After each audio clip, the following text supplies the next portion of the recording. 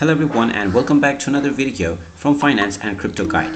In this video, I'm going to show you how to log into your Wisconsin sales tax website.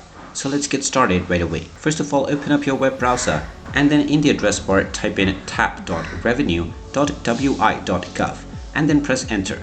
You will then be taken into your login portal for your tax account for the Wisconsin Department of Revenue.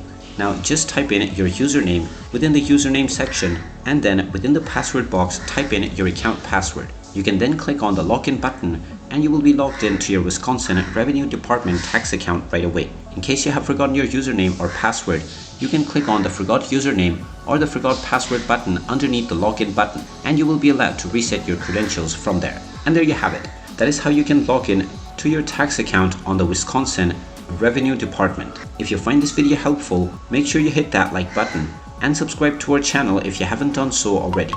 Also ring that notification bell to never miss another update from us. Thank you for watching and I will see you again in the next video.